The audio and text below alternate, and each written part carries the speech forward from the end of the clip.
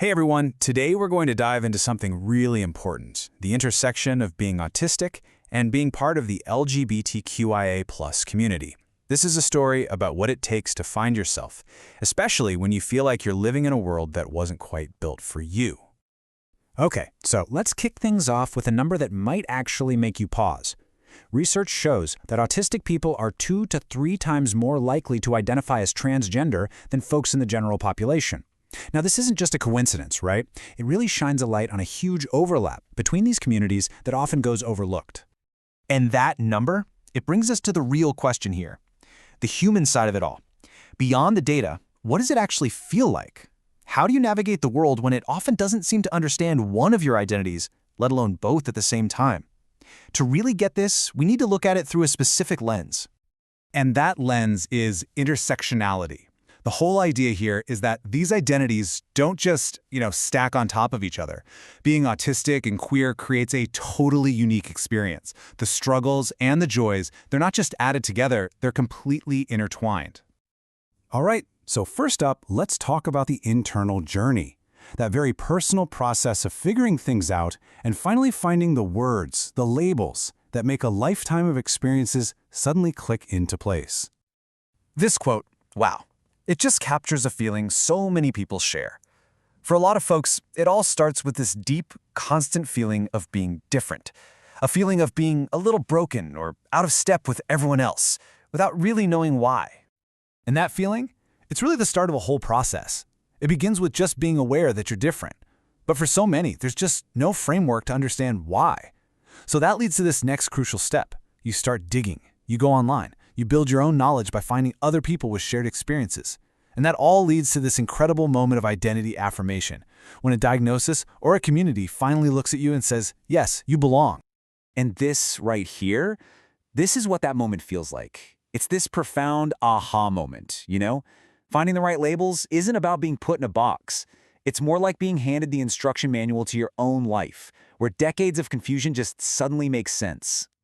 So once you've started to figure out who you are on the inside, the next step is almost always looking outward. It's a search for your people, for a place that finally feels like home. And what people are really searching for is what's often called a found family. It's this beautiful idea of building your own tribe, a space where you can finally let your guard down, stop masking your true self, and just be, unapologetically you. But finding that space isn't always so easy. And this is where we see this really painful gap between the hope and the reality. The hope is to find people who just get it on a deep level. But the reality is that so many mainstream queer spaces, think loud bars, chaotic pride parades, can be an absolute sensory nightmare for an autistic person. And the barriers, they're not just about noise. You've got these complex, unwritten social rules that can feel impossible to figure out. Then you have the sad reality of prejudice within the community itself, things like gatekeeping or biphobia that create even more hurdles. And when you add in places that aren't physically accessible or social events that all revolve around alcohol, these spaces can feel completely unwelcoming. But maybe the most painful barrier of all is this one. It's this cruel, heartbreaking idea that being autistic somehow means you can't possibly know your own gender or sexuality. The very community someone turns to for acceptance can become just another place where they have to fight to be believed. And this fight for a place to belong, it doesn't just happen in social circles. It gets even more critical when we start talking about the systems that are supposed to care for us, especially as we get older.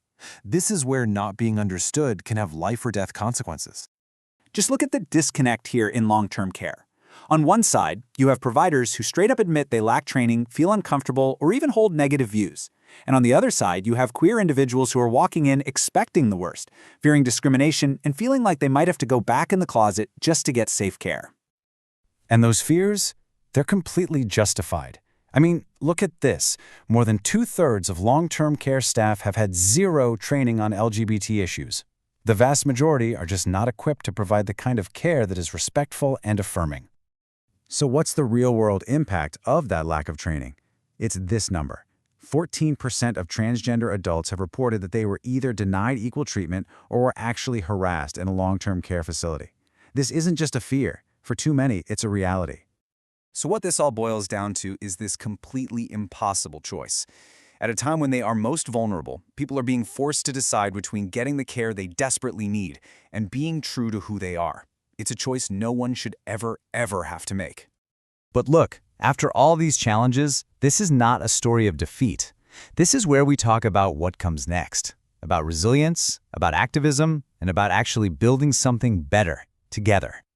So what does that path forward actually look like? Well, the roadmap is pretty clear. First, we obviously need better training for anyone in healthcare. It also means creating brand new spaces, both online and in person, that are designed to be inclusive from day one. And of course, we just need more visibility, more role models, and a whole lot of activism to keep fighting for understanding. And the great news is this isn't just a wish list. This work is already happening. Grassroots organizations are stepping up and building the exact kinds of communities people have been searching for. Groups like Squad, Twainbow, and Spectrum Intersections are leading the way, proving that this change is absolutely possible. So that really leaves all of us with one last thing to think about. After everything we've talked about, what does a truly inclusive space actually look like? And maybe the more important question is, who's responsible for building it? Thanks for joining me for this explainer.